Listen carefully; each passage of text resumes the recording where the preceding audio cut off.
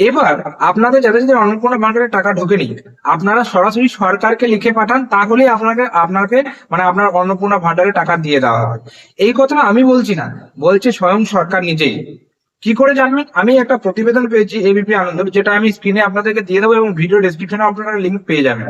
যে যাদের অন্নপূর্ণা ভান্ডারে টাকা ঢোকেনি, যদি সরকারকে লিখে পাঠান নিজেরা, তাহলে তাদেরকে টাকা দিয়ে দেওয়া হবে। আমি স্ক্রিন রেকর্ডটা অন করছি এবং অন করে পুরো প্রতিবেদনটা আপনাদের সামনে পড়ছি, আপনারা দেখুন।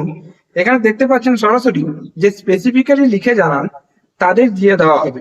আগস্ট শুরুর আগেই অন্নপূর্ণা যোজনা নিয়ে বড় ঘোষণা অগ্নিমিত্রা পালের। জুন ও জুলাই মাসে 2 দফায় বহু মহিলাই পেয়ে গিয়েছেন অন্নপূর্ণা যোজনার টাকা। কিন্তু এখনো যারা পাননি তাদের নিয়ে কি ভাবছে বিজেপি, জানিয়ে দিলেন অগ্নিমিত্রা পাল।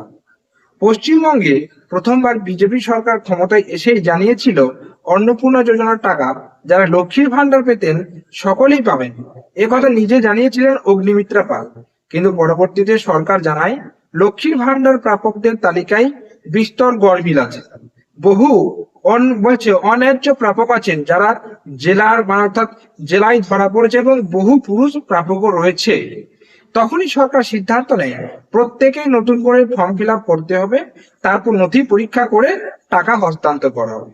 কিন্তু এর ফলে অনেকেই তো টাকা যোজনা, অন্নপূর্ণা যোজনা টাকা পাননি, যারা যোগ্য তাদের মধ্যেও অনেকে কিন্তু এই টাকা পায়নি। যদিও জুন ও জুলাই মাসে 2 দফায় বহু মহিলাই পেয়ে গিয়েছেন অন্নপূর্ণা যোজনার টাকা, কিন্তু এখনো যারা পাননি তাদের নিয়ে কি ভাবছে বিজেপি সরকার, জানিয়ে দিল অগ্নিমিত্রা পাল।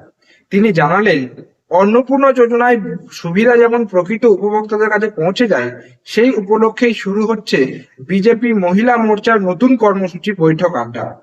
এই বিষয়ে বিস্তারিত জানালেন নগরোন্নয়ন ও পুরমন্ত্রী অগ্নিমিত্রা পাল। বললেন রাজ্য সরকার শুরু থেকেই চেয়েছিল লক্ষ্মী ভান্ডারের সব প্রকৃত উপভোক্তাই যেন অন্নপূর্ণা প্রকল্পের সুবিধা পান।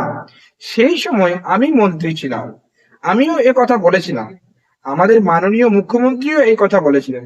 কিন্তু পরে দেখা যায় যারা লক্ষ্মীর ভান্ডার পাচ্ছেন তাদের মধ্যে অনেকেই এমন রয়েছে যাদের এই সুবিধা পাওয়ার কথা না। অগ্নিমিত্রা আরো বলেন প্রথম দিন থেকে বলেছিলাম যে আমরা চাই যারা যারাই লক্ষ্মীর ভান্ডার পাচ্ছে তারা সবাই অন্নপূর্ণা পাবে, কিন্তু পরে দেখলাম যে যারা যারা পেয়ে এসেছে লক্ষ্মীর ভান্ডার তারা অনেকেই পুরুষ, আবার তারা অনেক মহিলা যাদের পাওয়ার কথাই না, তারা ইনকাম ট্যাক্স দিচ্ছেন। সুতরাং তারপরেই কিছু কিছু নিয়মে আমরা চেঞ্জ করেছি। কিন্তু এখন এই সমস্যা যে আমরা অনেকের কাছে শুনছি যারা পাওয়ার যোগ্য, যাদের পাওয়ার কথা কিন্তু তারা পাচ্ছে না। মন্ত্রীর অভিযোগ যারা আগের সরকারের এখনো তোষামতি করে চলেছে এবং তারা যারা জেনুইন তাদের নামগুলো তুলছে না। অর্থাৎ অগ্নিমিত্রা পাল যিনি মন্ত্রী, আমাদের নগরোন্নয়ন মন্ত্রী, তেনার কথা হচ্ছে যে এখনো পর্যন্ত আগের সরকারের কিছু লোক রয়েছে যারা কিন্তু জেনুইন ক্যাটাগরি যারা রয়েছে, জেনুইন যারা পাবে তাদের নাম ইচ্ছা করে তুলছে না, এটা উনার বক্তব্য। কি বলছে? আপলোড করা হচ্ছে না তাদের ডিটেলস গুলো। সেই সমস্যা যখন মাননীয় মুখ্যমন্ত্রী জানলেন, উনি পরিষ্কার নির্দেশ দিয়ে দিয়েছেন সেরকম যদি কোনো কিছু হয় স্পেসিফিক্যালি আপনারা লিখে জানান, তাদেরকে দিয়ে দেওয়া, অর্থাৎ যারা স্পেসিফিক্যালি সরকারকে লিখে জানাবেন তাদেরকে দেবেন। তবে বর্তমানে আরেকটি সমস্যা সামনে এসেছে, অনেক প্রকৃত যোগ্য ব্যক্তি যাদের এই সুবিধা পাওয়ার কথা তারা এখনো অন্নপূর্ণা প্রকল্পের আওতায় আসতে পারেননি। অভিযোগ উঠেছে প্রশাসনের কিছু স্তরে এখনো এমন ব্যক্তিরা রয়েছেন যারা প্রকৃত উপভোক্তাদের নাম তালিকাভুক্ত বা আপলোড করছেন না। এই বিষয়ে মাননীয় মুখ্যমন্ত্রীর নজরে আসার পর তিনি স্পষ্ট নির্দেশ দিয়েছেন যদি এমন কোনো নির্দিষ্ট অভিযোগ থাকে তাহলে লিখিতভাবে জানাতে হবে, অভিযোগ যাচাই করে প্রকৃত যোগ্য ব্যক্তিদের অন্নপূর্ণা প্রকল্পের সুবিধা সুনিশ্চিত করা হবে। অর্থাৎ প্রতিবেদন থেকে এইটুকু তো বুঝে গেলেন যে অন্নপূর্ণা যোজনার আপনার যোজনার অ্যাপ্লিকেশন স্ট্যাটাস যাদের আন্ডার ইনকোয়ারি ছিল বা আন্ডার প্রসেস ছিল, আপনাদের কিন্তু এই যে ডিটেলস গুলো, এই ডিটেলস গুলো যাদের যাদের এখনো রয়েছে আপনারা নিজেকে যোগ্য মনে করছেন সরকারকে লিখে পাঠাতে হবে। এই প্রতিবেদন থেকে যতটুকু বুঝলাম অটোমেটিক্যালি বা সরকারের তরফ থেকে কি পদক্ষেপ নেওয়া হবে জানি না তাদের জন্য, কিন্তু মোট কথা যে যারা যোগ্য মনে করছেন সরকারকে লিখে পাঠাতে হবে যে আমার কেন এখন পর্যন্ত টাকা ঢুকলো। এটাই হচ্ছে বিষয়বস্তু। আশা করি পুরো বিষয়টা বুঝতে পারলেন।